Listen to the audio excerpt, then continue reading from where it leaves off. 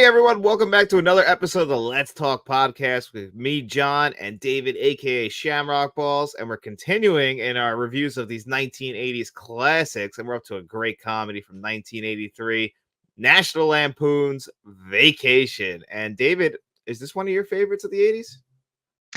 Yeah, it is 100%. It's one of my favorite comedies of all time. Really? I didn't know that. Yeah, it's definitely up there. See, the thing with Vacation for me is I love the original Vacation, but I still can't let it pass Christmas Vacation in '89. That's still my favorite of the Vacation movies.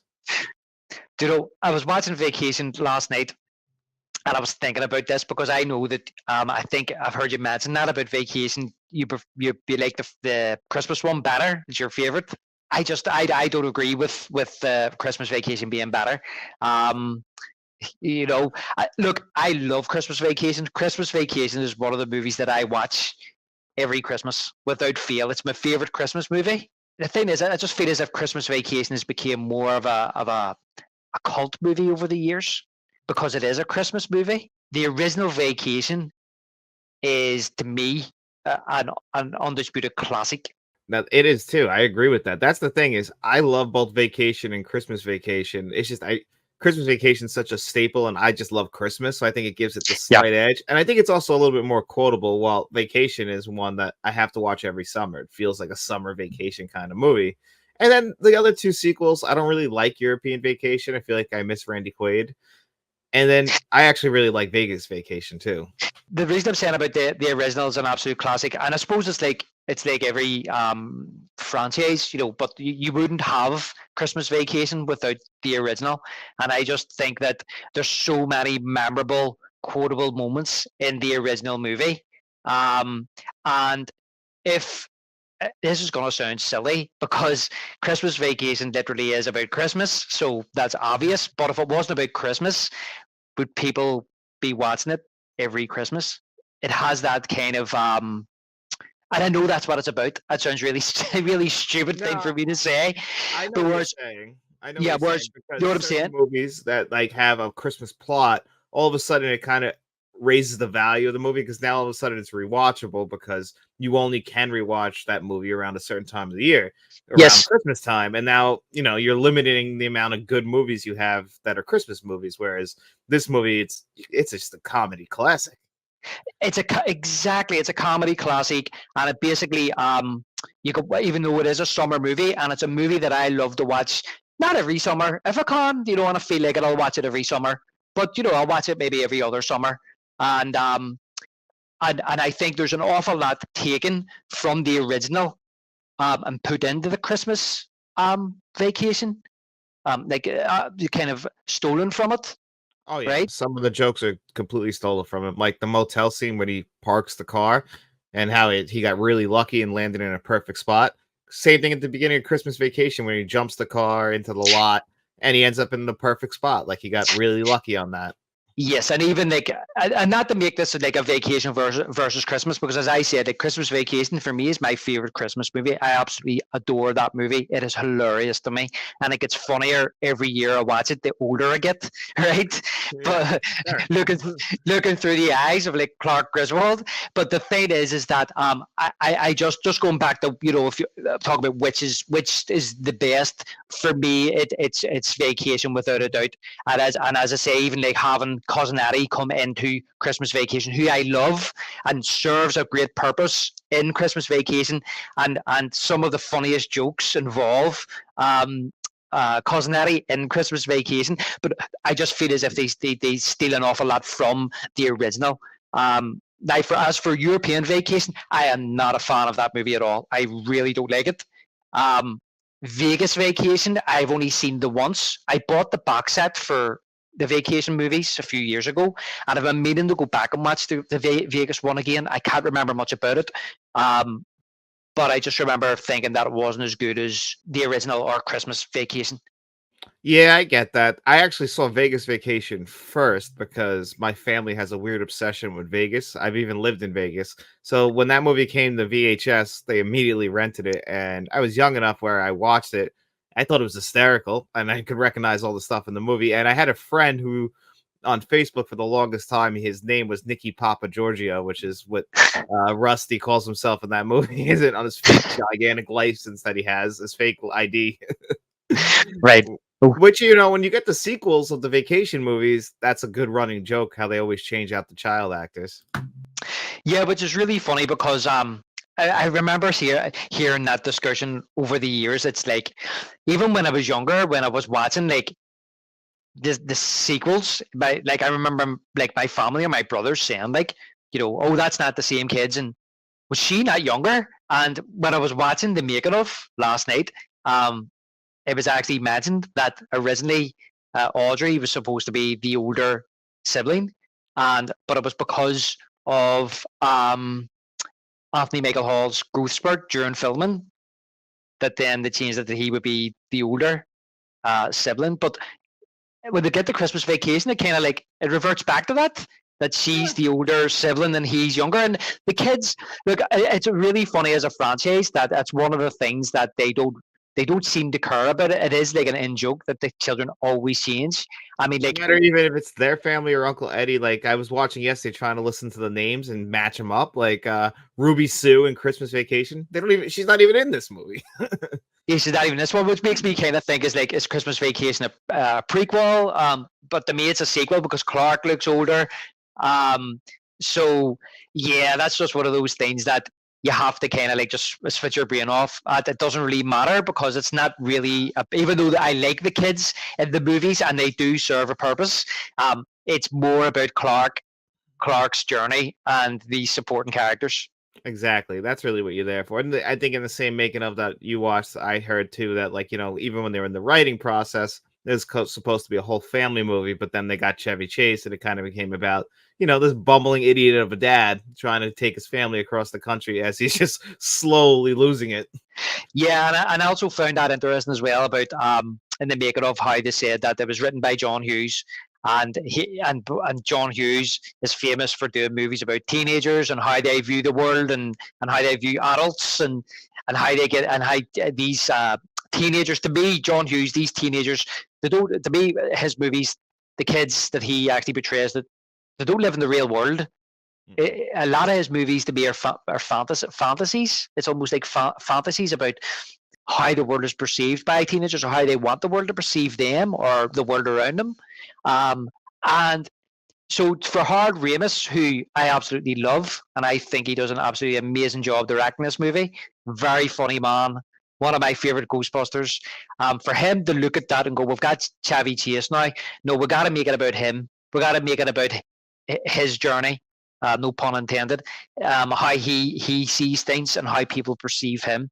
And to be honest with you, like, yeah, I just can't imagine anybody else playing Clark Griswold. Again, another interesting thing was is that I remember growing up in the 80s and we had movies like Fletch and we had vacation movies, and I remember friends mentioning and talking about Chevy Chase and stuff like this. And I only ever knew Chevy Chase from Vacation. He was all to me was that bumbling idiot.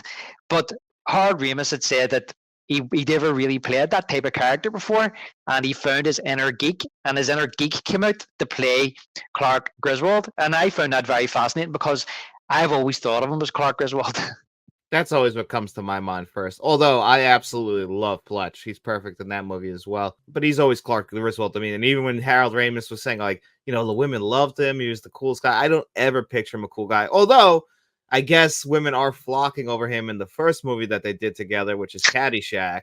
And he plays like a ladies' man in that. And that's where he just anytime he just like knows how to move around a scene, Chevy Chase. And I like how they pointed out in that making of it that, you know, just put stuff in front of him. He's a good physical actor. Yeah, exactly, and you know that's what I'm saying. I don't know too much about Chevy Chase. A big fan of Chevy Chase because of the vacation movies, and I mean I'd seen Fletch once years ago, and it's been one I've been meaning to go back and revisit.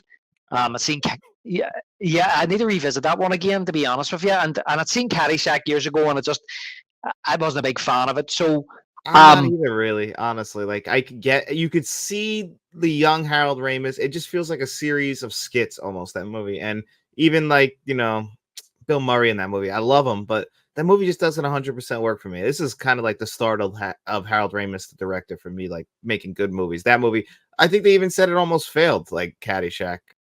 Yeah, and I think on the making of, they'd said about when they thought of getting Harold Ramis to direct this, they said that he just about got over the line with Caddyshack, and he even says himself in the making of that he learned a lot on making Caddyshack, and he learned what was it he said, how to kind of like just relax a bit more and just let the actors do their thing and things like that. Harold Ramis saying that they fighting this inner geek. It's almost as if that cool kind of suave cool, good-looking Chevy Chase, who the women were flocking over, almost was like his own persona in real life. Do you know what I mean? And he was probably going against uh, the grain by playing this type of character in this film. Yeah, from what it sounds like, and also like he seems like the most lovable guy in these movies. And from what I've heard, he's a very hard guy to work with, especially when they get to Christmas Vacation and Chris Columbus actually couldn't direct him, and that's how he ended up with the directing role in Home Alone, because John Hughes was like, "I got something else for you," and gave him that because he couldn't work with Chevy Chase. Yeah, and you're talking about his physical kind of like performance. It actually reminds me a lot of Peter Sellers. Yeah, I could see that. Peter Sellers is a great comedic actor as well. And Chevy Chase, he just always seems to be willing to go for the gag. And I felt like when you watch this movie, then you hear them talking about all the improv stuff. When you watch it, you could see like where like I could see Chevy Chase like trying something out, and that's just what stuck and they printed on the movie.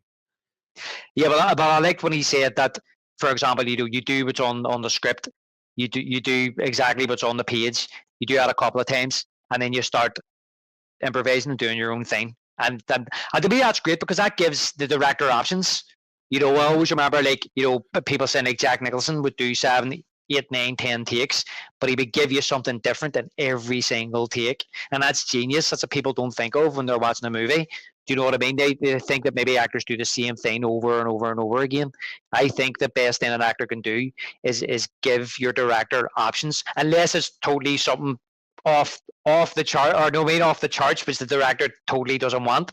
Um, but yeah, I think he's very good in this movie.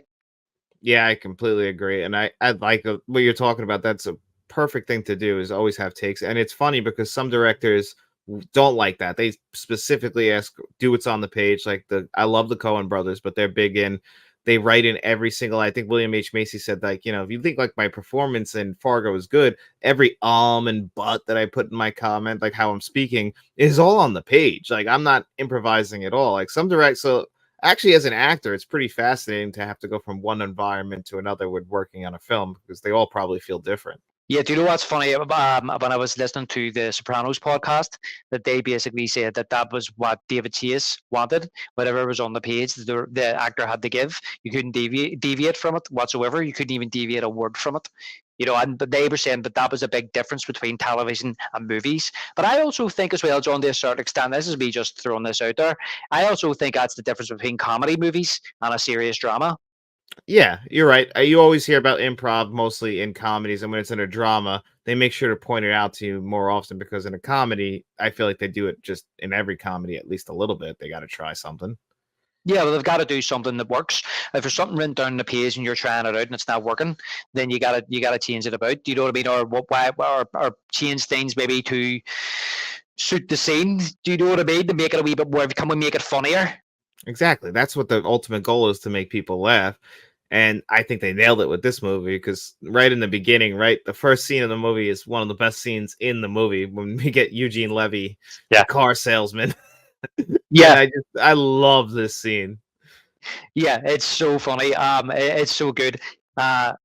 Just Chevy Chase walks across the parking lot with those big glasses and all on, and he says, "Right, Russ, that's Steve, the old gas guzzler behind." And when he walks up, and he says, "Mr. Griswold, got your car," and the way he says, "This is not the car I ordered," and he's like, "Oh, it's not." He says, "I'm not your average everyday fool." He's through the big glasses, you know, not your I know. average everyday fool. Those gigantic glasses. Like And glasses with clown glasses on. And then Eugene Levy. This is one of my favorite parts, because Eugene Levy calls the guy. I know what wants to happen. I'll figure this out right now. Calls him over. He's like, this isn't what Mr. Griswold ordered. And he's like, what happened? I don't know. And he's just like, like that's it. That's all it is. I don't know. Griswold ordered a blue sports wagon. Where is it? I don't know, sir. Yeah, yeah, because he says before him, "I'm going to get to the bottom of this." What happened? Yeah. I don't know. All right, well. This is But a fine vehicle right here, the family truckster. yeah, the Queen family truckster. But it's when he says to him, "You think you hit it now, but wait till you drive it." And but when he drives it back to the house, um, and Alan comes out and says, "Clark, is this the car we ordered?" And he goes, "No." No. He says, "Nope. You think you hit it now, but wait till you drive it." And she's like, "It's still running." He's like, "Oh, let me fix that." But that's what I love as well. When they start actually driving the car, do you notice the squeaking noise? There's a Right squeaking away. noise. Right It's away, the car is just, it's junk, and y- you can yeah, hear it. Like I'm like, I said that yesterday or 2 days ago when I watched it. I said to Faith, I'm like, you hear it right away how the car's already got a squeak to it. Like, how did that happen immediately if it's brand new? it's squeaking exactly. And yeah, it's so funny. And I say the next scene is just Damon's in the kitchen and she's saying like, "Why don't we fly?" And he's kind of like, come on, Ellen. I barely see the kids and they're growing up so quick. And one of these days, they're just, "Oh, my babies are going to be gone." And that's the thing as well about this film too. When you're a child watching it, you can enjoy it just for the comedy. But I think when you get older and you can relate more to Clark Griswold, do you know what I mean? And just, I mean, I'm not married or anything, and I've only one child. But the thing is that, and I've never done a family road trip before. But the thing is that you just, certain occasions, you do find yourself wanting to do the best or put on the best, and you just want everything to go perfect, and it just doesn't. And you can see sometimes that it's not being appreciated, and you feel like Clark Griswold. Yeah, no, I feel like as you become an adult, you can completely relate to that about Clark Griswold. It's that, because you do that. You do try and put on the airs for everybody. Like you could tell this guy probably doesn't care about Wally World or anything like that. Like when he's singing the Moose song, he knows it probably from hanging out with his kids, but he's probably not there all the time. He's at work, so he's got the time off. Let's all get together and be a family. This is the happy time. Nothing can just go right. Everything that could go wrong goes wrong. Yeah, and I think that's what's so lovable about him, to be honest, even though he is a bit of a geek. And he's not 100% a good guy either. Do you know what I mean? But I don't think he's a bad guy. I mean, obviously later in the movie when he falls out with Ellen, he's going to cheat on her, and Yeah, that's the worst part about him in this movie. And the thing that doesn't make sense about him wanting to cheat, yes, I mean that's one of the most beautiful on the planet at the time, but you have Beverly D'Angelo like at home. Like she yeah, is gorgeous. Like and both of them are way better looking than you. yeah, and that's the thing about him. Like I think as well what I like about him too is that he is a flawed individual. He is a flawed guy, He's and a and human. he's human exactly, and he just wants to do what's best by his family and make sure they have a good time. And that's another thing I can relate to as well when he's trying to be funny to the kids and stuff and they're rolling their eyes or whatever. Do you know what I mean? Or he cracks a joke and they don't laugh. Those type of dad moments in this movie is what I really like as well. Yeah, I love that because I know my dad would try things like that because I've definitely been on road trips with my family. Like, I mean, they're divorced, so it'd be like my dad, and my stepmom, and everything like that. But we've driven from New York to Florida, and I've been in the car like that. Just nothing ever went that wrong for us. Yeah, well, I mean, but I've had family, as we call we are holidays rather than vacations. I've had family holidays and stuff, and yet, of course, there's a lot of funny things that happen. And that's the thing about this is that even if you know, there's a lot of things that happen in this movie that are over the top, but everybody I think can relate to going away on holiday, being excited to go, and maybe the actual journey is a nightmare or things happen, and even when you get there, funny things happen and there are the moments of being away on holiday or on vacation that you always remember for the rest of your life. Yeah, so I think I think that's what endures about this movie and has people coming back to it all the time. Yeah, I completely agree. Is those family moments, and this stuff does happen. When you go and see your in-laws, these ridiculous things, like you watch how they live their lives. It's like, it's crazy. I completely got how, like, don't tell Clark that Aunt Edna's alive. Like, I can see my father finding out, like my stepmother, like someone on her family side, like is coming with us. Like, he would never take her ever. Like, he'd be like, absolutely not. Are you kidding? Yeah. That's what I'm saying. That's one of the funniest kind of scenes. There's a lot of funny scenes in this movie, but it's just from one funny scene to the next. But as you say, once they hit the road, and they go to Cousin Eddie's. But he's like, I want to go and see the world's oldest house made of mud. And Yeah. Alan says, Clark, I think actually, sorry, this is the scene after they go to the saloon, isn't that right? Oh yeah, when they go to the old West Town, the saloon, that's a This, great scene as it's well a great scene. with the bartender. And it's hilarious where he's like, hey, tenderfoot. And he's like laughing. And Alan said, "Look, don't be doing that." And he's like, "Oh, it's all part of all part of the show." And when he pulls, Right. when he pulls the gun and fires the gun, he jumps up again. I'm all right. I'm all right. He's like, "Excuse me, sir. Excuse me, sir." Yeah. She says about, I know he's like, I could deafen the kids. And the chair and Audrey, isn't it? It's like, sorry, what? But it's seen after that where he's like, well, it's only the world's oldest house made out of mud. And she's like, come on, we've had enough fun for the day. Let's just skip that. Let's just go to Cousin Eddie's. And we've had enough today with the Western town. And he's like, okay, if you want to go to see your Cousin Eddie, but personally, I prefer to see a big pile of mud. But how much he feels about how he feels about Cousin Eddie for how he would feel throughout the entire series all starts here. Yeah, I mean, that just sets that up, and you haven't seen him yet, and that's absolutely brilliant. And I think that, and I'm not going to say that Cousin Eddie steals the show, or Cousin Eddie or his family steal the show, but they became so memorable in this film. They had to bring them back for Christmas Vacation, and I think they're in Vegas Vacation as well. Yep, they're somehow living in the desert. I don't know. Eddie somehow just always ends up somewhere in the worst situations, and just a running joke about how he's just pure white trash. Yeah, and I love that when they pull up and to the house, and when he turns out in there, you say to greet the family, and he says, I can't remember the name of the child, but he says this is young such and such here, and Clark says, "Oh hi, little one, what age are you?" And he says, "Clark, she was born without a tongue." but I love it. He comes out with the beers, doesn't he? And then I just love how Clark kind of looks at him and goes, "Well, Eddie, you're looking fit. You're looking fit." And then he says, "Yeah." He says, "The bank's been after me like flies around a spit roast." And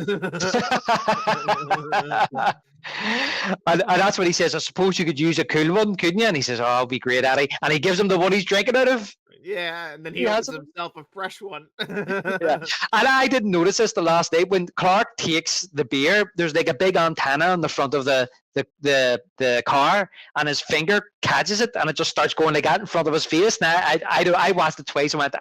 At first I went, did he do that on purpose? But when I look at it, I went, I think he done it on purpose. He hit it with his finger by accident, as if it was an accident. And it's just swinging in front of him. That's a possible Chevy Chase kind of thing. Like, he always is just grabbing things in the area, like with it, and doing ridiculous things with them, and that's what he does in that moment. And I think we actually might have passed the scene before they go here when they're driving to St. Louis. Yes. And they're on the way there, and they see the Ark, and he tells them this whole long thing about it, and they all think, "Oh, cool, Dad, can we go?" Nope. No. No. That is another funny scene, but where they says, "Dad, what's that?" And he says, "Oh, that's the Mississippi River." And he's like, "The old miss, the old man, deep river." But it's the way he goes, "The old man." What does that mean? I don't know. He's just talking to himself at that point. He's talking nonsense, and that actually ties into, funny enough, what Harold Ramis said that Chevy Chase, when Chevy apparently says to him behind the scenes, he says, "Yeah, play this, bring this inner geek out, play this fool." And he says, "But how am I going to do it, Harold, because I've no kids? I don't know how to do it."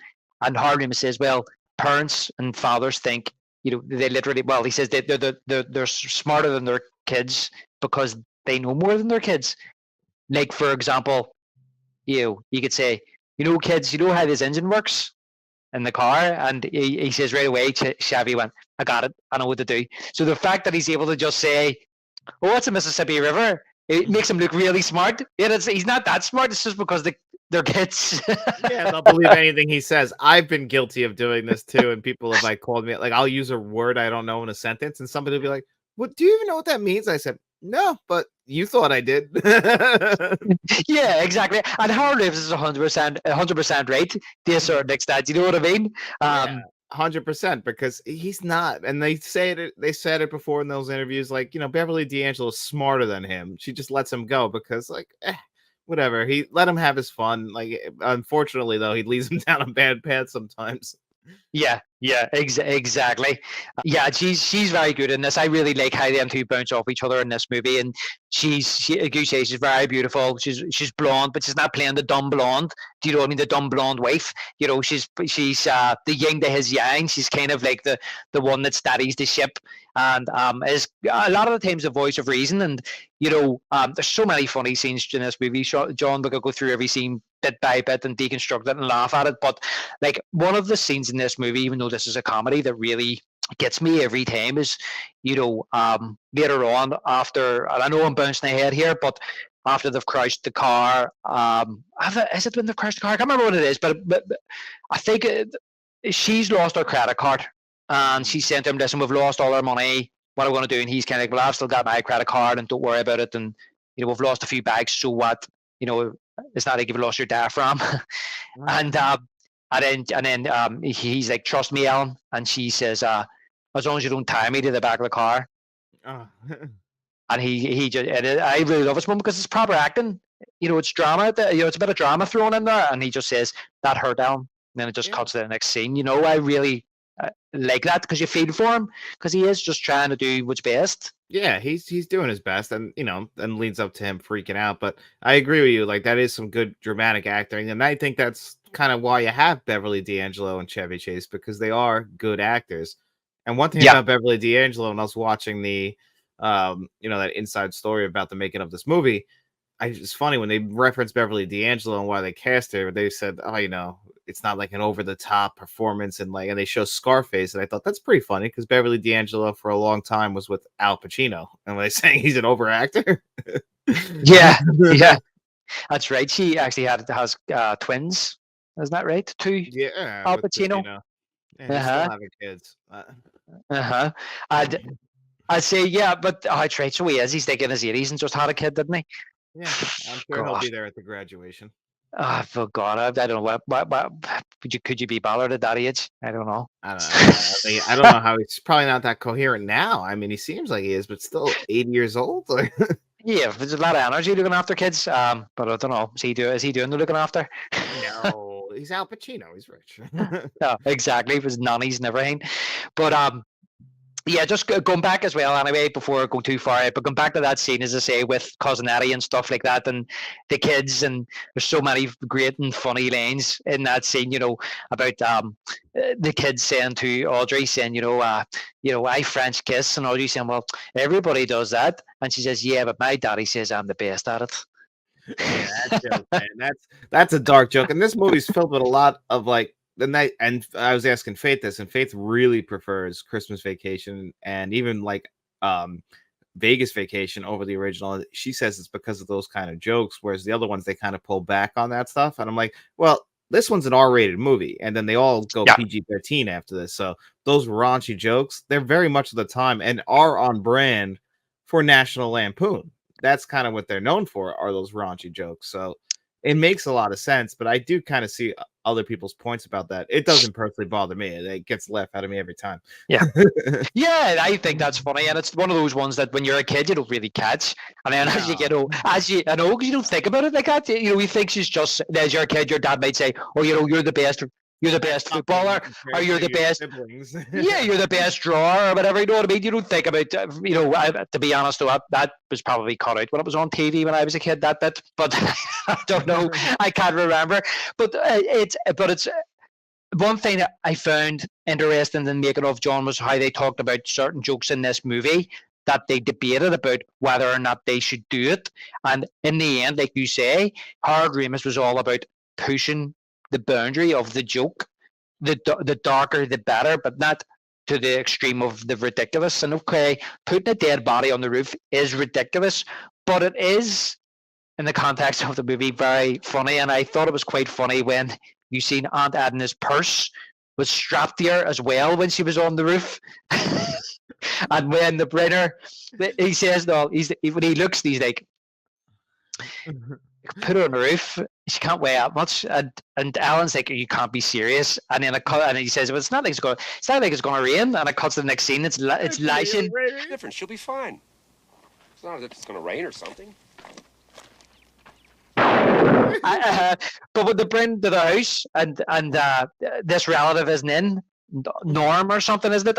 And his mother. It's his mother, but they sat her in the chair. But you see Chevy Chase or Clark setting up the umbrella so she doesn't get wet at the back of the chair. You just imagine him finding that when he gets back. Yeah, she says that. Well, I'm gonna have to talk to Norm after he finds his dead mother waiting for him when he gets home, because this is a cell phone era. They literally just left her there. He probably just thinks that they're gonna drop her off, or some kind of communication got lost because he should have been there. Yeah, he just left a note on the door saying, I've went, I'll be back on Monday. Yeah, I guess he thought that maybe she'd be able to let herself in and not, be dead.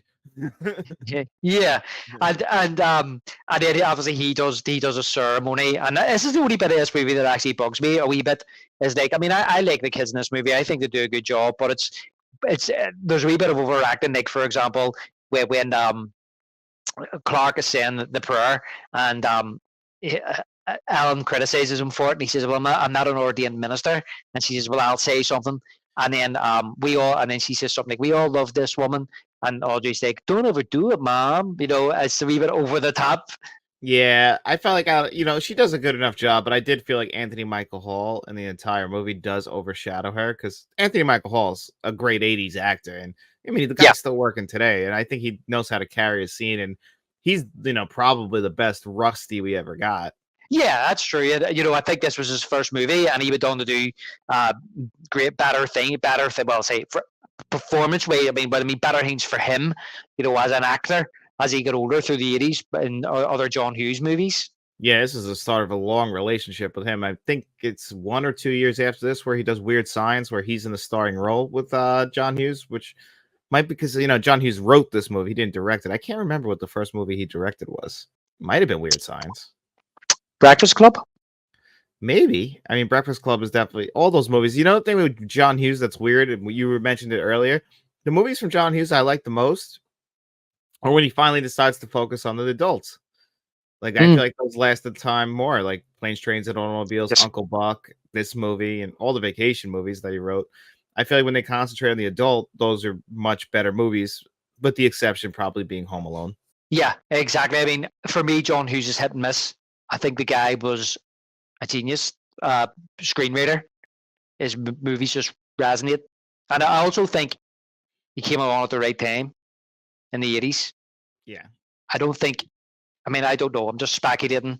I don't think these type of movies would work today for some reason.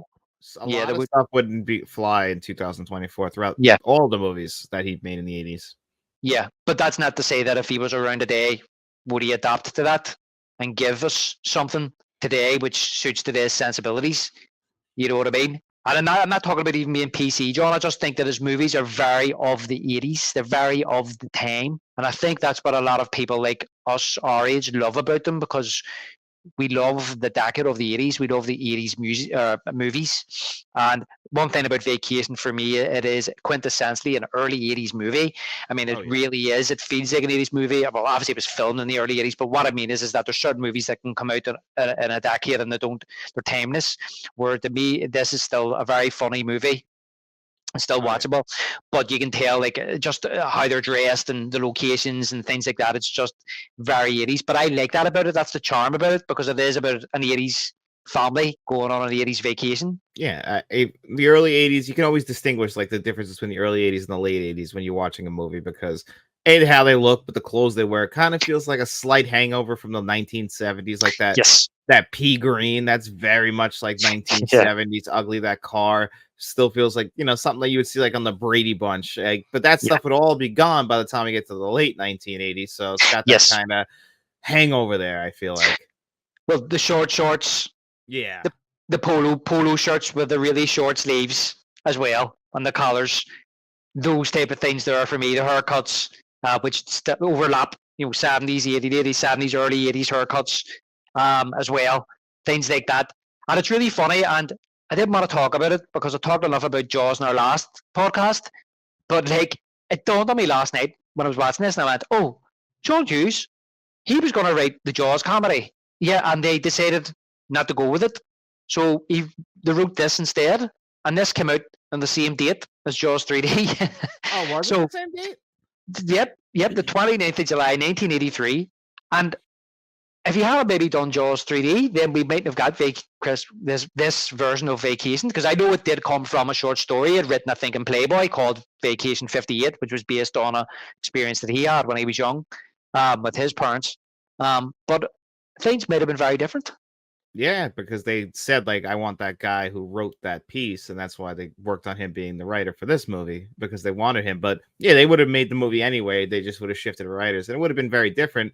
And even though John Hughes gets a lot of the credit, a lot of this stuff was rewritten by Harold Ramis and Chevy Yes. Chase and then improvised. So, how much is on paper that we actually get on screen? A lot of this is Harold Ramis, because when you watch this, it does feel very different from a lot of other John Hughes movies. It does feel like more something that Harold Ramis would direct, I feel like. Yeah, and that's what I'm saying. Like, I think when I watch this movie, I don't think of John Hughes. Whereas when I watch the likes of, yeah, exactly. Whereas when I watch the likes of like Breakfast Club, and obviously I was directed by him, and other ones, Weird Science, or Planes, Trains, or Uncle Buck. I don't think he didn't direct Uncle Buck, but did Yeah, he? he directed Uncle Bucko. Oh, did he? I couldn't remember, but I do think of John Hughes, and I think there's an awful lot of Harold Ramis sensibilities about this film, about the humor, the subtle humor, and Chevy Chase as well, and even in the making of, when they said about the original script had them traveling through the deep south, and Harold Ramis kind of thought, well, there's nothing really there. Why don't we just go? We'll travel through the Midwest, and we'll be able to hit all those really kind of exciting and memorable locations, and that is a big part of this movie. I just love how he goes through all those different locations of the movie, and you get to see as an Irish person, maybe growing up, though, I mean, in the 80s and 90s, being able to see certain locations that you maybe back then you would never even thought you would be able to go and visit. I mean, the world is different now. People are jet setters, and they go away 2-3 times a year, and they travel around the world. Well, I don't mean literally around the world, but you know what I mean. There's a lot more people now that are traveling to Australia, to Europe, to Asia, to America, than there used to be, say, in the 80s. I mean, to go to America in the 80s, it was kind of like, oh, going to America? Oh, okay. Do you know what I mean? No, it was a big deal back then, because we've talked about it on here, how me and you were able to do this show. There was no way in the 80s we could even communicate with each other. And you don't really know what places look like other than like in photographs. It's not like it's being reported every day on the news. Like now, we just something happens right now, and it, like, just say for Australia, me and you can right now look on our phones and find out about it together while on this show. Yeah, like listen, my holidays when I was a kid, it was like anybody who went on a foreign holiday, you like had a bit of money. Do you know what I mean? And I'm even talking about like Spain, Europe. Do you know what I mean? Like our holidays were like local or Scotland, right? And I remember like I'd been on 2 foreign holidays as a child in my life, and one was Florida, and that was a big deal, right? And I went away the following year to Cyprus. Yeah, for 2 weeks in Cyprus, and that was a really good holiday. But I'll be honest with you, some of the best holidays that I ever had was going like a seaside town not too far from here, or to Scotland. We used to go to a place called Butlins, which was like a big. It was like a big complex, and they would have like amusement rides, and they would put on shows at night, and there would be like a big leisure center with a swimming pool and jacuzzi and things like that. And you stayed in like a caravan, or you could stay like in a chalet bungalow. It depended where you wanted to stay, but they were some of the best holidays I ever had. But look, obviously the foreign ones were absolutely outstanding as well. I mean, I always say that Florida was the best holiday I ever went on. But as I say, back in the 80s and 90s, if you were going foreign, it was like, oh, you'd need to have a wee bit of money to do that, especially if, you've got 2 or 3 kids. So as I say, it's not like today where there's, we're going foreign is like the done thing. It's like, where you go on holiday, going to Turkey, or I'm going to Spain or Portugal, or whatever it may be, or even the States. A lot of people when they're going on holiday, that's where they go. But back in the 80s and well, mainly early mid 90s, it was a lot of people didn't really do that. So it was nice, kind of like when you're watching a movie like this, growing up, seeing some of those sites that they put in there. No, I completely agree. Like, even though I live in America, I never took a road trip across that. We kind of went down. I live on the east coast of the country, so I kind of always just gone down the east coast, and then I've gone and lived in Vegas and been to California, but never Los Angeles or anything like that. So, and I didn't leave the country until I was 19, and I went to the Dominican Republic. I think I've only left the country one other time.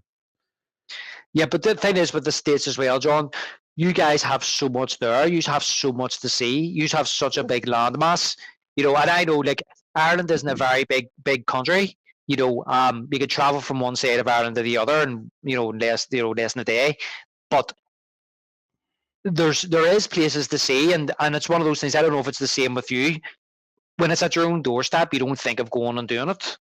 No, you don't. It's crazy. I always say that about, like, you live near one of the biggest cities in Ireland, and I live literally by New York City. And like when people are saying they're taking vacations there, I'm always like, why? Yeah, and we have a Titanic, um, what is it, tourist center in the city, and I'm a big Titanic fan, and I've never been to it. Yeah, that's always like when people like that's the same thing with me. All these famous landmarks in New York City, I'm like, yeah, I've never gone to them. I can just take a train. I probably like could have gone easily to it, but I'm just whatever. Yeah, yeah. Where if I went to New York, I would 100% feel it because it's a holiday to me. It's like Yeah, when will like it, if I was there, when, I'm going to that Titanic place. yeah, exactly. I'd be like, well, when am I going to be back in New York? Yes, I definitely have to go and see Empire State Building, and I have to go and do this, and I have to go and do that. Do you know what I mean? Yeah, I had a doctor in the Empire State Building, and I didn't even I didn't even go to the top of it or anything. I just went to my doctor and left. Just leave again. I was more annoyed that I had to take the train to the city that day than anything. Well, as long as there's no giant apes climbing up at that day. No, thank God there wasn't. But to circle back to this movie, Yes. there's just some of the great scenes, other than going to see Uncle Eddie and everything like that. But even I later don't. in the Don't forget. Sorry to cut in there. Just before we leave, Uncle or Cousin Eddie, I just have to mention the white shoes that he gives Clark. oh my God, the white shoes are great. You mentioned how much you liked mine the last time I saw you. Do you notice in Christmas Vacation, Uncle or keep calling him Uncle here, Cousin Eddie is wearing a pair of them white loafers. Yeah, well, I mean, all the In clothes that he ever wears is like straight out of the 1970s. Anything he ever wears, he must love that era of clothing. Like he gets that blue leisure suit and everything in that. Oh yeah, that's right. Yeah. It was a Christmas Vacation when he kidnaps the guy at the end, and you see his wife on the phone. And he says he was a big hulking. He was a big hulking man in a blue suit.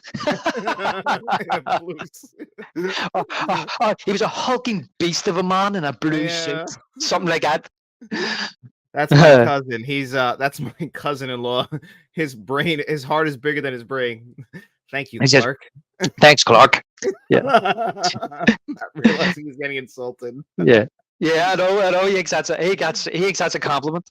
Yeah, he's always like that. Every time he's throwing backhanded insults at him. Sorry, what were you saying now about the scene, the next scene? There's other great scenes throughout the movie as we get further and further in. Anything with Aunt Etna, she's traveling with them, is hysterical. Oh yeah. Listen, I love, and obviously one of the most famous scenes is the dog being killed. But that's rough. Yeah, was that a pun, John? Rough? Yeah, it was rough. Rough. She just jumped when I done that. She jumped and looked at me. Like, you know how to speak my language? Yeah. Well, that's what I'm saying. But but after that scene where they go to like a McDonald's, and you hear her in the back seat saying, "Is this your idea of a restaurant, dog killer?" Yeah, I actually love. I mean, I don't like that the dog died. That's sad. But like when the cop pulls him over, I think that's Stanley Keach, and that line delivery that he does is hysterical as well. His little scene is perfect. That's one of the funniest scenes in Yeah, the movie too. yeah. What did he say to him? Something about I'm gonna hit you or something, and before you can say police brutality. Yep. What does he say? Yeah, and then I had to laugh at in the making of when they said about every time they done the scene that Chevy Chase couldn't stop laughing. Yeah, 'Cause I wouldn't be able to either. The way that he's delivering his lines, the one line he has is that he's like, "Do you know what the penalty for animal cruelty is in this state?" He's like, "No, I don't." And he's like, "What is it?" He's like, "I imagine it's pretty steep." That's right. That's right. It's the way he says. He says he keeps cracking up when he was saying, "Poor little pooch, probably kept up with you for a bit of mail." But I love how when Chevy gets or Clark gets back in the car and the kids know, and Aunt Edna gets on his back again and says to him, says, "Oh, speeding were you, Clark?" And one of the kids goes, "No, Dad got pulled over because," and he was like, he says, "No," he says, "I would know I was speeding." And Rusty says, no, you weren't, Dad. You got pulled over because," he says, "Rusty, I was speeding. I was driving like a maniac. You may thank this man for pulling me over. You see, kids, a car." And then he goes, and he's at the window with a leash. Said, Yeah. "There you go, sir. I'll go back and retrieve the rest of the carcass off the road." Just completely blows it up, and then you see Edna in the back seat. And that's why I feel bad. I'm like, ah, that sucks. But then I'm thinking, well, you don't got much more time. Yeah, well, when I was a kid, I actually kind of found out really kind of horrifying about the dog. But as an adult, because I know it's a movie, I think it's Yeah. absolutely hilarious. And the scene as well. I always think that, and I know this didn't, but when I was a kid, I used to think that what actually killed her was because she ate the sandwiches which the dog peed on. Oh, that's possible, I guess. I don't know. Who knows? And that is one of the things I wanted to mention about this movie that makes me laugh so much every time is Christy Brinkley. Brinkley, is that her name? Christy Brinkley. Yeah. When he's driving along in the car and then she pulls up beside him in that Ferrari and that song comes on, Sweet Little Boy Yeah. comes on, Perfect song. and she's kind of eyeing him up, and then he starts acting cool. So he does. That's so funny, and it's the same with the sandwich when he sees her with the sandwich, and he starts dancing with the sandwich and slapping his face with the sandwich. And it is so hilarious. But I liked in the making of where apparently Harry has told Chevy Chase, when she pulls up, I want you to act like one of the Beatles, and that's why in the next scene where he sees her actually driving along, he sees her in the mirror, and the music comes on, and he pulls his hair down at the front, right? But he's I think the first time actually he starts trying to keep up with her. Ellen says to him, "Clark, slow down," and he's like, "What?" And she's like, "Slow down. You're doing nearly 80 miles an hour." And he says, "You wouldn't think so, love, would you?" but later on, where he goes off the road and he's skidding all over the road, and then he eventually straightens the car up and he's sweating like mad. Alan's kind of sleeping, but she kind of wakes up. But the first thing she says to him when she looks at him is, "What's wrong with your hair?" And he's like, "What?" And she's like, "You're sweating. What's wrong with you?" And he's like, and he says, "Nothing. I'm having a ball." Yeah, that's all the stuff. He's in his own little world with Kristen Brinkley, and I thought it was funny that they taught her actually how to drive a Ferrari, and that she caught on after a day because I can't even drive a stick shift now. So imagine that. One of the things that they used to be able to do in the 80s, we can't really do now. Yeah. Well, I mean, all our cars are like that over here. They're all 5, 6 gear. Really, Oh, all yeah. of them here are automatics. They're all automatics in the States, though. They're all like that. I mean, that's how we're taught to drive. So we are with the 5 gear. Mm-hmm. Really? Yeah, no, over here in automatic cars, like you don't have to know how to use it. Like people back then did. Like my dad, he learned how to drive on a truck with a 4-speed or something like that. So Yeah. but now like nobody knows how to drive anything manual. I learned in a car with no power steering. Really? So you're just like they're fighting the wheel the entire way? And then halfway through, he changed his car to a power steering car. In the first corner I took, I went, Jesus Christ! That was really easy. I just kind of turned it there, bloody skid the car right round. It was like Clark Griswold. Yeah, jump in the Yeah, car. yeah, exactly. But yeah, I mean, my God, John, there's so many great scenes in this movie. I mean, you could go through every single scene, Nick. But as I say, those scenes with Christine Brink, they always crack me up. And as I say, another scene as well, I think is so funny too. It just makes me laugh. Is when they get the Wally World and Oh yeah. the car park, and the car park is empty, and he parks at the bottom, and Yeah. and he's like, first one's here, and Alan's like, but why are we parked so far away? And he's like, first one's in, and the first one's to leave. First one's to leave. But then he races Rusty, and Chariots of Fire comes on, and see them running in slow motion, and him jumping, and see the faces he's making at Rusty and all. It's like, I think it's hilarious. It is hilarious. It's so funny. And then, of course, then that leads on to, sorry, folks, we're closed. Oh my God. And he is sick, and I would be too. Like I would lose my mind just like him if I just drove across the entire country for this one place, and then it's closed. Well, I will give you a true story. It's happened to me. So when we did go to Florida in '93, so I think we've been planning for it. My parents were for a year, so they asked us a year before, "Do you want to go to Florida?" I was like, "Yeah," and I was sitting thinking, Jaws is there. I knew Jaws is there. Want to go to Florida? Want to see Jaws? It's all I wanted to see. Didn't care about anything else. Back to the Future, E.T. Don't care. Mickey Mouse, don't care. Just want to see Jaws.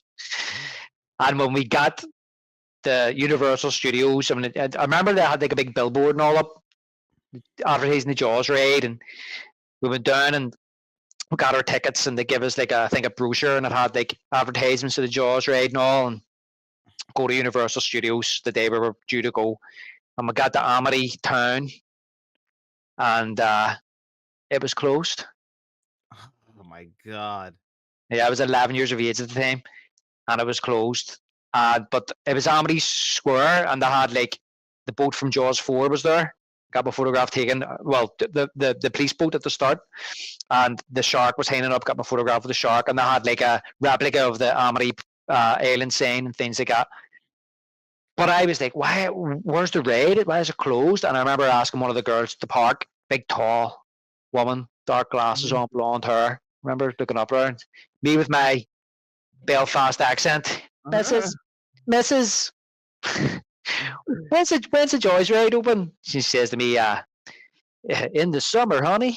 And I was like, I was sitting thinking, but it is the summer. That's what I was sitting thinking. So I went in May time, right? And apparently what happened was that raid was always breaking down, and they had to refurbish the whole thing, redo the whole thing. And so it opened like in the early '90s, and it kept breaking. So they closed it down, refurbished the whole thing, and reopened it again in like the summer of 1993. So I'd missed it by, I don't know, a few weeks or a couple of months or whatever. But to me, because I was on my summer holidays, I thought this is the summer, but it was May time, which isn't really the summer. It's like spring. Yeah, over here it's like winter around that time. Yeah. I actually, I felt like crying. I was devastated. So I can relate to Clark Griswold, but I didn't. You didn't punch the shark like he punched the moose. No, I got my photograph taken with the shark instead, and I didn't go and buy a BB gun or hold anybody to ransom or anything like that. Which, of course, leads to John Candy, I love John Candy in anything he's in, and he is perfectly cast. That's the guy you get to play. He looks like a security guard.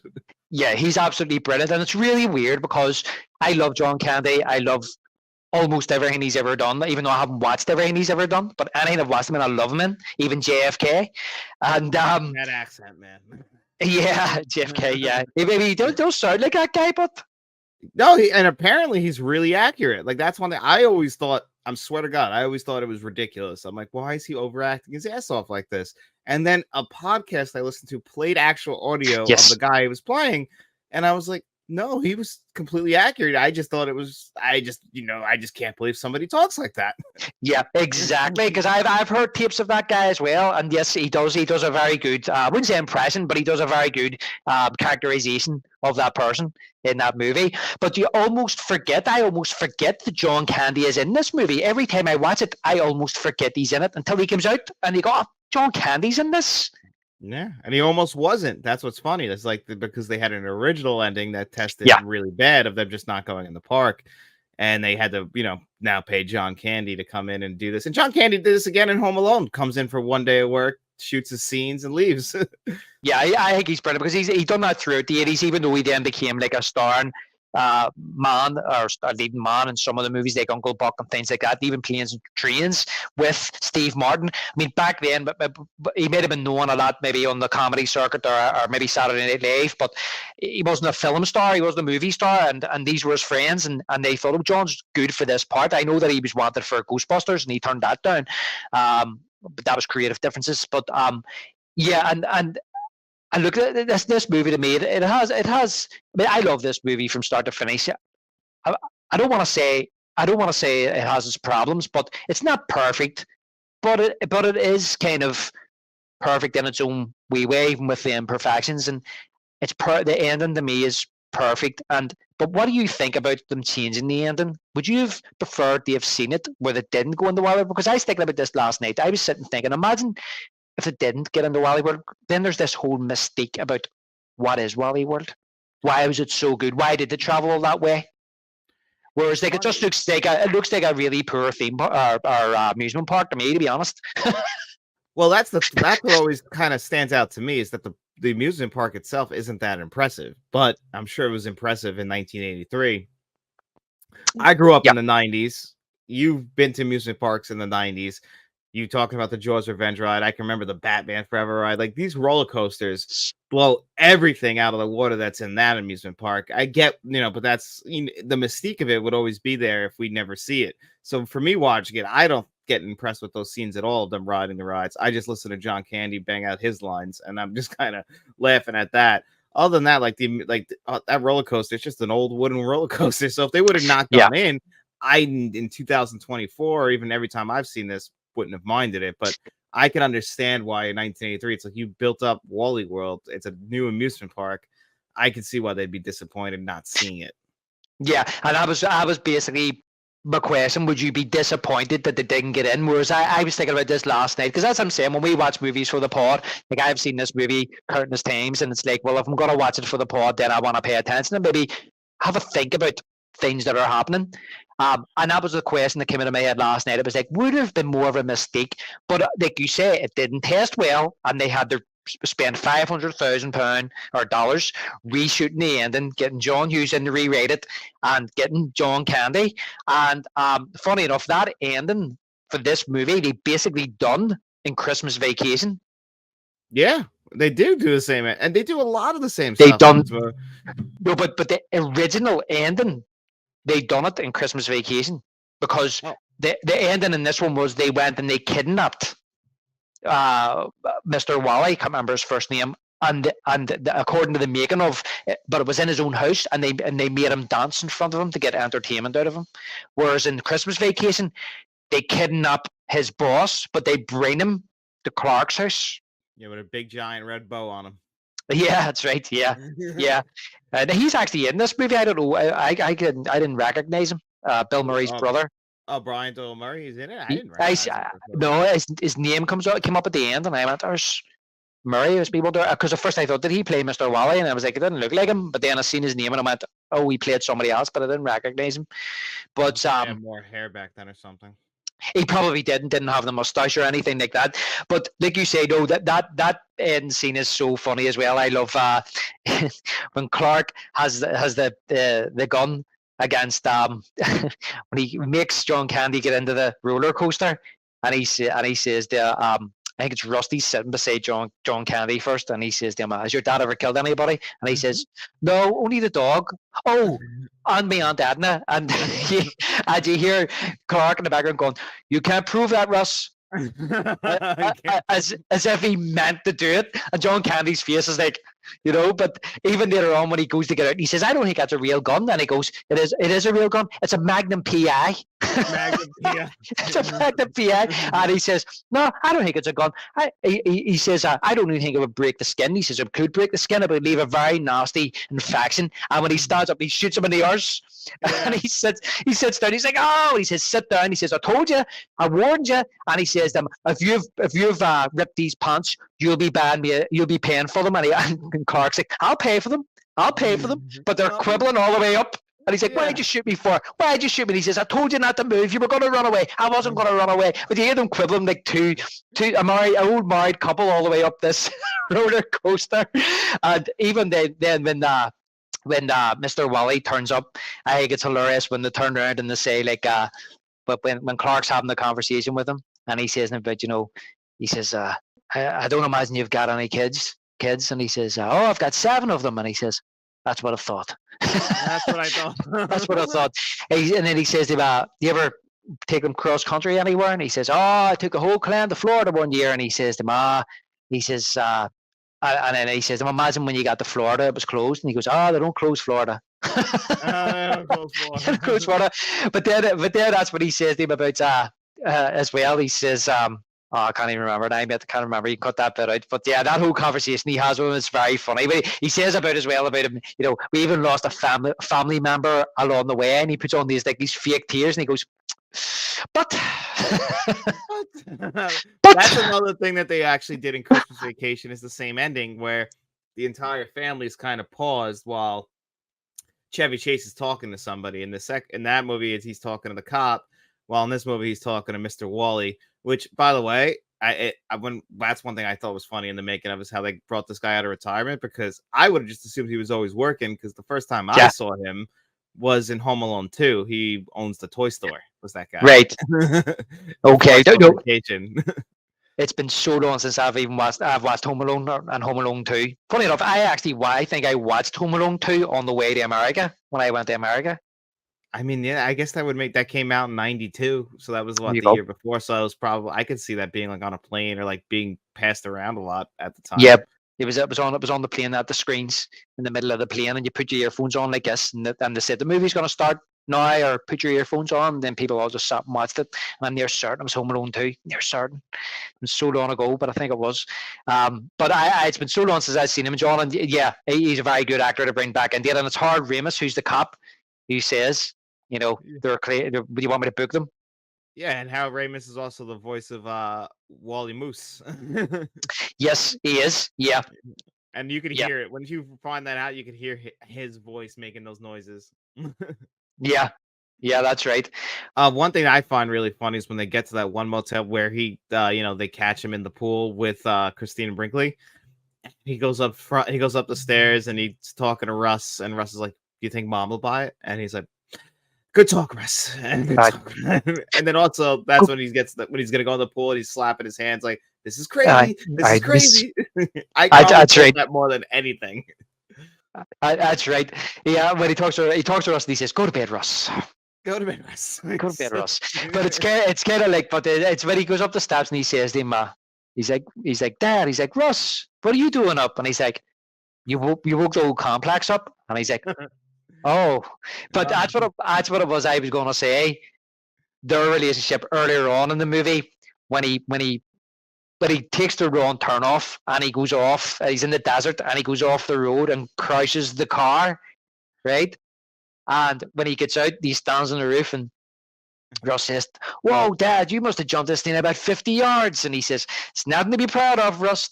And he's standing and he's like, 50 yards. but then when he sits down to have a conversation with Russ, and he's like, he says, when I was a kid, he says, I used to go on a vacation with your grandparents, with my mum and dad, and for 18 years we never had fun. But I love it. He puts the glasses on and they slowly just fall off his face. And he says, "Let's do something which my dad done with me at your age. Let's share a beer." And he takes a wee sip and gives it to Russ, and Russ drinks the whole thing, hands it back to him, and it's like nothing in it, But I love that when he goes off into the desert, and he's like, there's bound to be a phone about here somewhere. He says somebody will come along and rescue you guys. I'll be back soon.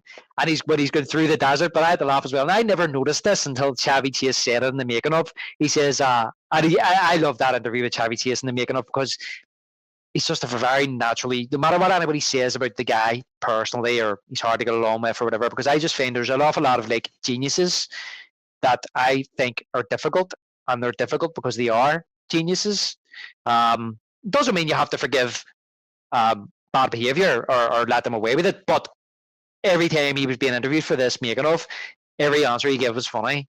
You know, he was being sarcastic, or he was being funny or whatever. But he said about the watch going through the desert, he says, I was that warm, I had to take my watch off and throw it. He says, my wrist got so warm. And right enough, when he's walking through the desert, you see him taking the watch off and throwing it. It's like, why is he taking his watch off? And I love that scene when he's walking through the desert. Everything he's saying, I'm gonna die out here. Like how his voice is just getting louder and he's getting more panicked, but it keeps going on. And then the ultimate payoff is he gets there and his family's already there. They've been rescued. They're there and they're fine. And that's why you're right. When he's walking through, when you listen to what he's saying, he's got the pants, he's got his trousers around his head with a belt tied around his head. He's kind of like walking. He's like, "Oh, that's it. You're done for. You're finished. Ah, you idiot!" And he's like, "How come?" He says, "How come you pass? Was it every 100 miles you pass a gas station every 10 yards, and when you're looking for one, you can't find one, and you see the Indians." Looking down and going, what an asshole. But when he does get to the gas station, and he's like, I love this line. He says to the kids, he says, hey, you kids thirsty? He's dying for thirst. He's like, you kids thirsty? And like I like that they put that in there. Like he literally almost died, and then they just never address the soul again. Once they solve that situation, they just move on. No, exactly. And do you see his face? You know, his face is like he's all sunburnt. You know, he's like real, and he's got like something on his face in that scene when he's getting ripped off by the sheriff and his deputy, who are also mechanics. Yeah, you know, like but you can see. Like... he's like, how much you got? You know, what does your sheriff think of your practices? And he just pulls out the badge. You know, but yeah, that's another very funny set piece as well. Yeah, there's so many great set pieces in this movie. That leads also right into the next scene where, I mean, I guess we're talking about all the scenes now, but right into the next scene where he goes and sees the guy at the hotel who won't let him go in there. And he's like, listen, you'll make $700 and you'll still be a creep. Yeah, but that's, and then he just slaps the hand and puts the money in, or the check in, and takes the money. But he lifts a cowboy hat. That's not his hat, though, is it? No, that wasn't his hat. He just grabbed, although he had a similar looking hat on in, when he was at the Western place, that Western city. But no, he grabbed it off the rack when he was walking out. He was like kind of in a rush, and he grabs it and puts it on his hat. Like at a skate, so I did kind of like, yeah. Because I thought that's not his. He's just lifted that because he's taking the money out of the till. Yeah, he's basically stolen it. Even if he did put a check, if he did steal it, I mean, yeah, he could, like, who knows if that's going to clear or not. I mean, I just didn't think about that. But I mean, I get it. He was all that time and they can't do nothing with his credit card, like nothing. Everything got blocked. And yeah, I mean, and John Hughes does that again in Planes, Trains, and Automobiles with the credit cards and talking to a clerk at a hotel room. So he does that actually in a lot of his movies, having like somebody who works behind a counter somewhere talking to one of the main characters. Yeah, being an asshole on a job's worth. Yep, exactly. And like, just like, come on, like you're taking your job way too seriously right now. Yeah. And I love as well when one of the lines that I just find funny, and it shouldn't be funny, is like when they're saying about it's before that scene, it's before Edna. It's actually the scene where Edna dies, isn't it? Or is it just before it? I can't remember. It says about we've got sandwiches here from the gas station. I really want to eat sandwiches from the gas station. I really want to eat sandwiches from the That's what he says. He says, let's break open the sandwiches from the gas station. I really want to eat sandwiches from the gas station. Huh? Nobody else laughs. Everybody just looks at him. It's just like, what is he on? Oh yeah, and those great lines that he always just slips in, like kind of just there, like, and they pass by, or they like that's where Beverly D'Angelo just blows him off on half the stuff he's saying. Yeah, exactly.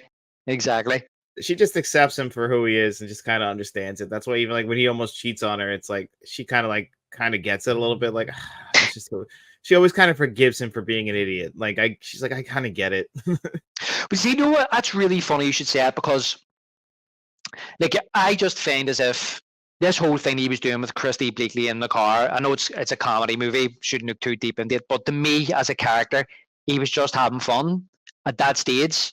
You know, imagining him sitting beside her and all. Imagine the life he could have had if he didn't have this family, if he didn't have these kids. That this trip has cost him a fortune. I mean, Alan says that to him. This trip has cost you twice as much, and you give $500 to cousin Eddie.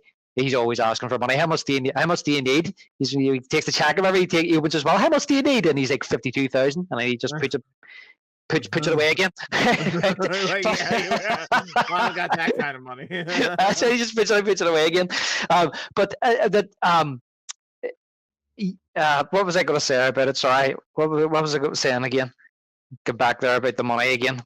Oh yeah. He's thinking about the life he could have had, you know, with this hot woman in a Ferrari who's eyeing him up if he didn't have this family, and it was costing him a lot of money and all the rest. And I think that when he has, that's one of my, I like that scene when him and her have that argument, because a lot of these things are happening to this family, and she could see it's not right, and she's not just going along with it to a certain extent. She's pretty much calling them out on it and saying, you know, that's not right. I'm glad you said that, because it reminded me of that scene. It's one of the funniest parts of this movie for me is after Edna dies, and she says about, you know, this trip is became a nightmare, and he's like, it'll be all right. We'll find a motel. We'll go to sleep. We'll wake up tomorrow fresh. He's still got that determination. You know, we'll just draw a line and we'll just keep going. You know, we've came this far. And it's when the kids say to him, you know, this has been a drag, Dad. And then Audrey starts crying, and he hits on the brakes, and he turns out and he says, I think you're all fucked in the head.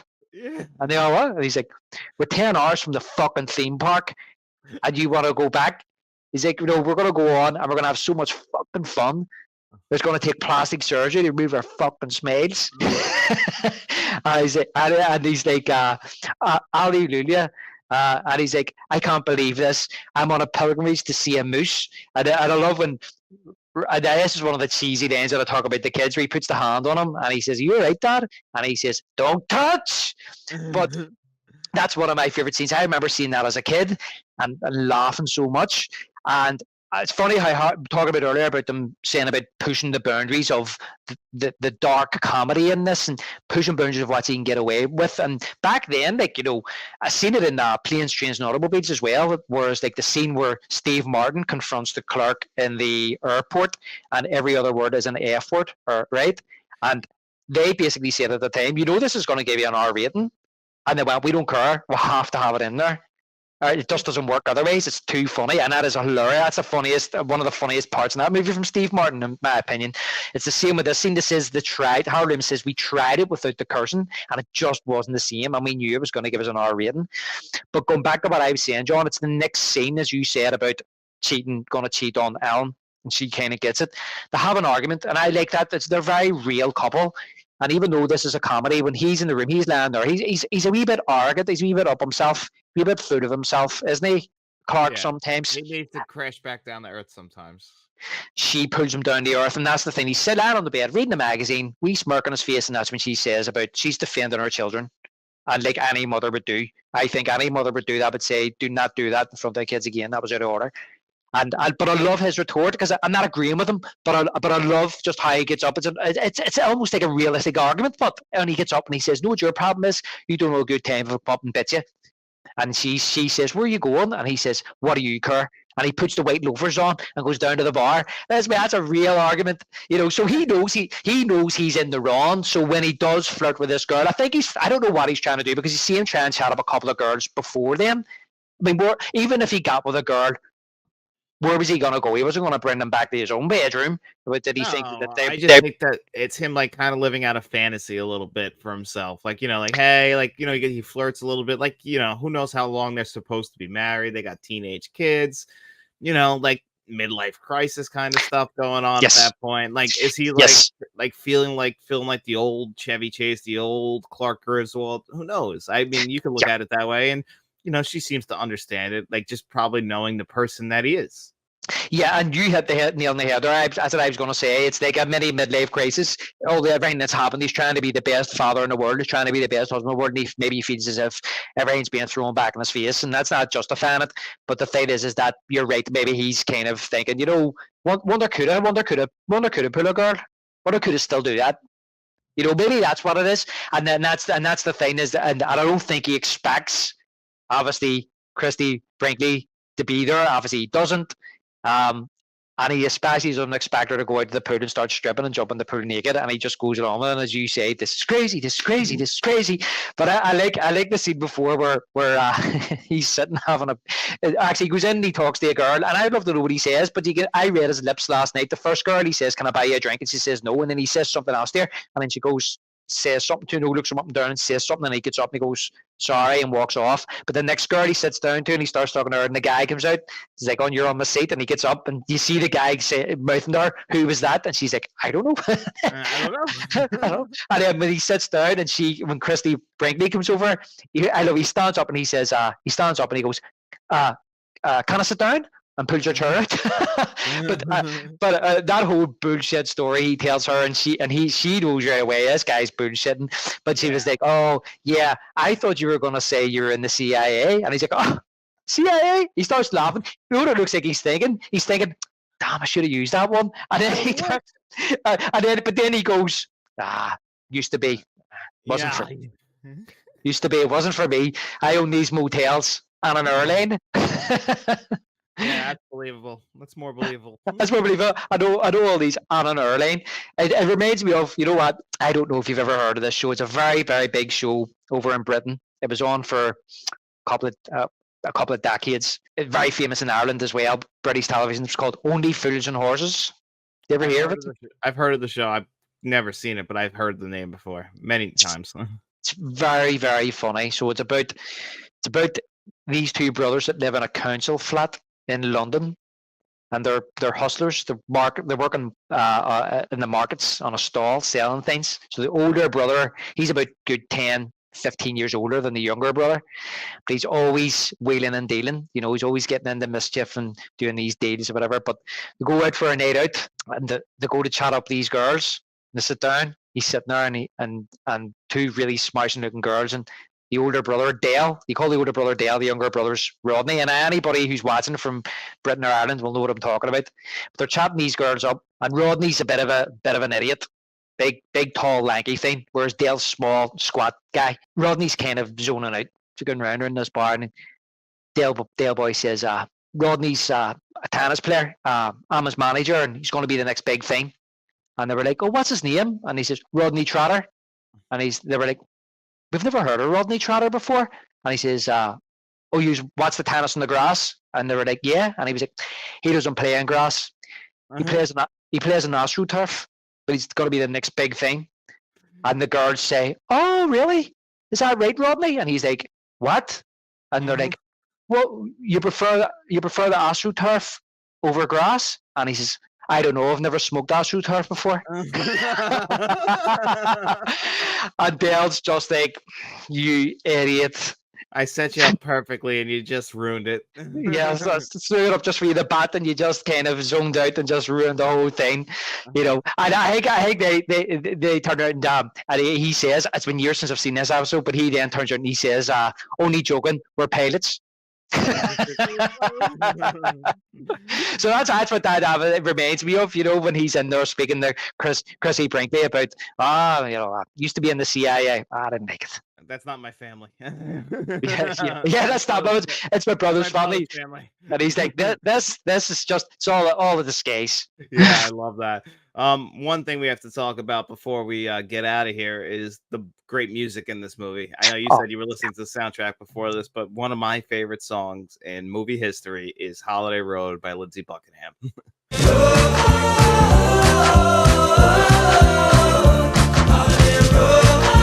Yeah, 100%. I just love how this movie opens with that song. And I've seen criticisms that they play it a wee bit too much throughout the movie, but I don't think they do. I think it's played at the perfect times throughout the film.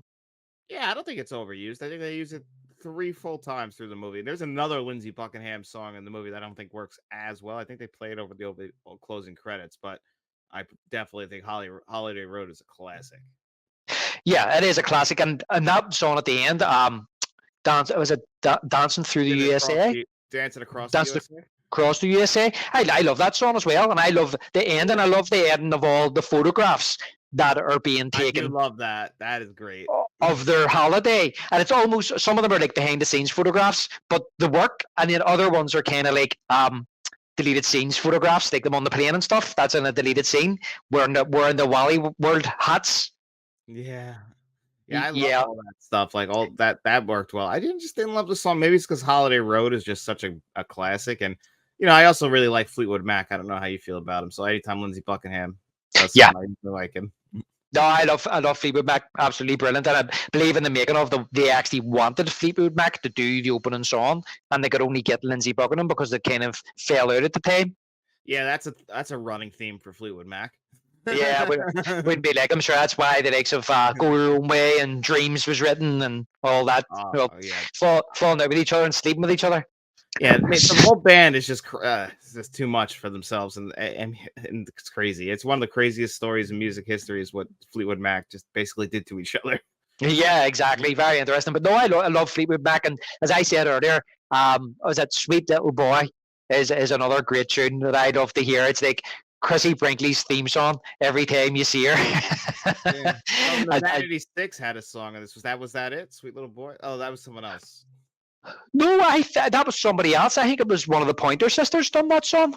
Yeah, Vanity Six does do a song in this movie, though. I can't remember the name of it, but I really like it. See, to be honest, when I looked up the soundtrack earlier, there's a load of songs there which I didn't hear in the movie, and I'm like, I don't know where that is in the movie, so I don't know why. So I basically just went in and listened to like the 3 songs that I liked, which was the Lindsey Buckingham songs and the Sweet Little Boy. But obviously the play the start of Hey Ho, Let's Go. Yeah. Oh, Blitzkrieg Bop. Yeah, play the start of that. And what did you think of the score? I think the score is good. I mean, it does, to me, it feels very of the 1970s, if that makes sense. Like, especially the main theme. I don't know if you felt that way. Yeah, it's very light. It's something that when I watch it, I don't really notice it that much. It's not heavily scored. But last night watching it, I did try and just keep a wee bit more of an eye out for it, and I like it. I mean, it suits the tone of the movie. Yeah, It's never gonna. it's not an overly played score where the score is like a huge part of the movie. We have the needle drops, but it's more about the comedy and like them speaking a lot. Yeah, and I think that the music that the actual songs they've selected for the movie works well, and I think the score works well when it does come on. But it's not a type of score that's going to win an Oscar. No, absolutely not. It's good for what the movie is, but the score isn't playing a huge part of the movie. Yeah, exactly. We've been here for a while. What else do you want to close up your thoughts on Vacation and what it means to you? Yeah, just that this movie is just one of my favorite comedies of all time. It's hilarious. There's certain comedy movies that the more you watch them, the more you notice, and you never get tired of watching them. They make you laugh time and time again, and this is definitely one of them for me. Oh yeah, absolutely. I completely agree. And this one has actually gone up and up my list. And like right now, like Christmas Vacation is still my favorite, but this gets closer and closer every single year. It just brings joy to me to watch this every single year and watch them just go on the road trip, listen to the music, and still laugh at the same jokes that I laugh at every single year. Yeah, exactly. Even though you know it's coming, it still makes you laugh. It's funny. And now those are the type of comedies I like. There's certain comedies out there that you just every time you watch them, you notice something different. Yeah. I think this is one of them. One of my favorite comedies is Spinal Tap, and every time I watch that, I haven't watched it in a long way. Like it's a very funny film, but every time I watch that movie, I noticed something different, and a lot of that was down with the improvisation, what they done for that movie. But even though Chevy was improvising in this movie, it's not so much the improv that I notice time and time again when I watch this. It's the subtleties. It's the wee things like me saying to you at the start of the pod about, do you notice the car squeaking at the start of the movie? Now I'm wondering, anybody that's listening to this, have they ever noticed that? Do you know what I mean? And Well, if I haven't, the next time you watch it, you'll notice it. Just even the wee faces that are pulled and things like that. And they mentioned in the making of about Hard Ramis is that what was great about the genius of Hard Ramis was the subtleties and Well, was it his something? humor. Yeah, Sorry, it so go ahead. was.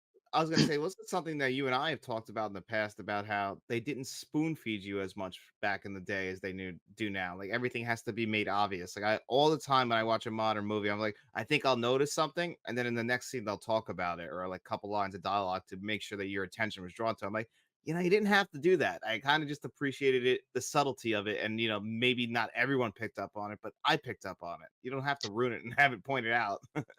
You can guarantee that if this movie was made today, when they were driving, the first thing that Alan would say is, "Where's that squeaking come from?" Oh yeah. It's just an example. And as I'm saying about Hard Ramis as well, is like that's one thing I love about the first two Ghostbusters movies. Um, is I think the reason why I absolutely love them movies a hell of a lot more than anything that came after it, Ghostbusters ways, is because it's missing Hard Ramis's humor, sense of humor, and Mhm. there's an awful lot of subtlety in those first two Ghostbusters movies, and that's down to him, 100% down to him. You can see his fingerprints all over this movie in the Ghostbusters, even in the Groundhog Day, and maybe we're going off a wee bit of track here, but he had problems with Bill Murray on Groundhog Day. That's why they couldn't get a Ghostbusters 3 made, apparently, because they fell out. But because to me, there's certain comedic actors that just don't know when to rein it in, just to go over the top. And I think that Hard Ramis was all about this, as I said, the subtlety, reining it in a wee bit. And that's another thing as well. Just talking about comedians and things like that. That's why I think comedians are at their best when they can kind of control themselves. Um, Jim Carrey is best when he controls himself. He can still be funny. Same with Chevy in this movie. I think Chevy controls himself for the most part, and he's brilliant. And it's the same with Bill Murray in the first Ghostbusters. Not so much second, but when he controls himself, he can still be very funny and subtle. And that's when I think comedians do their best work. I absolutely agree. And thinking of Ghostbusters, one of the things that always makes me laugh in Ghostbusters, it's something that I definitely didn't notice the first few times I watched it, but I always knew that their office is right behind them and they have a secretary that they'll, phone back and forth with. But when Sigourney Weaver first walks into into the fire station there, and when Bill Murray first notices her and how he stands up at such a quick rate and just looks at her, and you only notice it in the background. It's one of the funniest scenes to me. I always just thought that's hysterical. Yeah, his head pops up like a prairie dog. Yeah, like what's that? Yeah, yeah, exactly. Yeah, and yeah, I mean, I could be wrong about that, but that's what I think anyway. And I think that's listen, this movie wouldn't be the same without Chevy Chase. I think I said that earlier, but I think that Hard Ramis has a lot to do with it. Isn't it funny how Harold Ramis worked with both Bill Murray and Chevy Chase, and big SNL actors, and they're big personalities, and they absolutely hated each other. And it's funny how Harold Ramis worked with both of them and kind of got the best out of them. Yeah, exactly. Yeah. Yeah, so just another little subtle thing, but that's our thoughts on Vacation, the original one. I'm sure we'll talk about Christmas Vacation sometime down the line. But David, what are we going to talk about next time? I think our next one is going to be Ace Ventura, Pet Detective. One of my all-time favorite comedies, and we were talking about Jim Carrey before the show. Yeah, that's why I came into my head there when I said about comedians doing movies. I can't wait to talk about Ace Ventura: Pet Detective. That's definitely a summer movie. Takes place in Miami, Florida, so I can't wait to talk about that. Another strong comedic personality, but this time in the 90s. And it's gonna be nice to kind of move out of the 80s. I think I've enjoyed doing these 80s movies, and I think we'll probably be dominated by 80s movies, to be honest, because we love it. There's so many movies to talk about in the 80s, John, isn't there? That's our favorite decade, I would have to say, for at least for this show, at the amount of 80s movies we've done. Yeah, but we love the 80s. We love the 80s 100%, but I mean, like, there's some real cracking films in the 70s. We'll visit them, and yeah, we'll do the 90s as well. But it'll be nice to have a wee bit of a change to get out of the 80s on the next episode and talk about Ace Ventura. I haven't watched Ace Ventura in a good way, so I'm looking forward to giving it another watch. Oh yeah, we'll be that's gonna be a great show, especially since we'll be quoting that movie, I'm sure, a lot through that movie. And there's a lot to talk about, Jim Carrey's rise to fame in that year. Yeah. Alrighty then. Oh, like a glove. So we hope you guys enjoyed this week's show, and we will see you the next time around. Don't forget to like, share, and subscribe, and tell your friends about us. Hey guys, thanks for sticking around to the end of the video. It is Friday, and that means it's time for our digital code giveaway. In every single video that we do here on Friday, I'm going to ask you guys 2 digital code giveaway questions. All you got to do is answer one of those in the comment section below. As long as you do that, you come back to Tuesday's video. I put your name on a magic wheel. I spin that wheel 2 times. The 2 names it lands on, they have their choice of the digital codes that you've seen on your screen before you today.